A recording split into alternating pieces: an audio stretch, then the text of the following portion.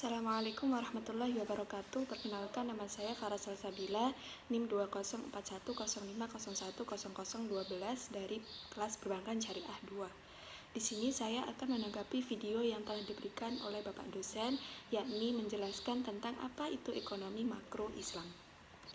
Ekonomi berasal dari dua kata, yakni oikos dan nomos.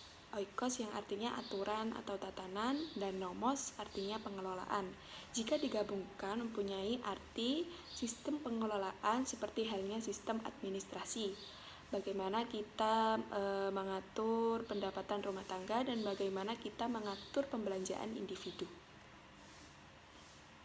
Menurut Adam Smith, ilmu ekonomi adalah sebuah cabang ilmu yang membahas dan mempelajari tentang tingkah laku manusia dalam usahanya untuk mengalokasikan atau mengelola segala sumber data yang memiliki batasan penggunaan untuk mencapai sebuah tujuan tertentu.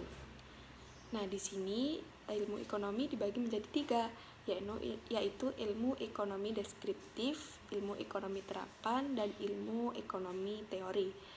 Ilmu ekonomi deskriptif ialah kajian yang memaparkan apa adanya tentang ilmu ekonomi di suatu daerah pada masa tertentu.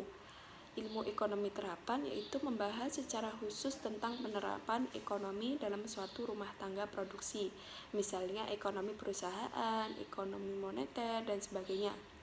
Ekonomi teori ialah membahas tentang gejala-gejala yang timbul sebagai akibat perbuatan manusia dalam usahanya meningkatkan kesejahteraan masyarakat. Ilmu ekonomi itu dibagi menjadi dua, ekonomi mikro dan makro.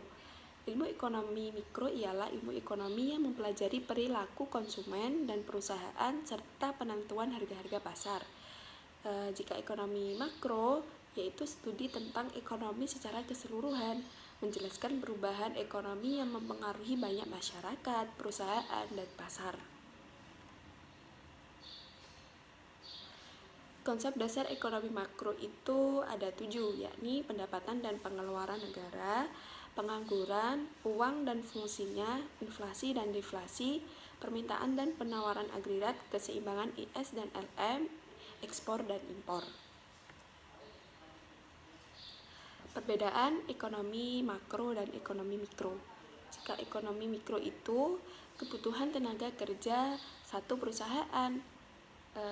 Jika ekonomi makro kebutuhan tenaga kerja secara keseluruhan. Jika ekonomi mikro konsumsi individu, maka ekonomi makro untuk konsumsi negara. Sekian dari saya, terima kasih. Semoga bermanfaat. Assalamualaikum warahmatullahi wabarakatuh.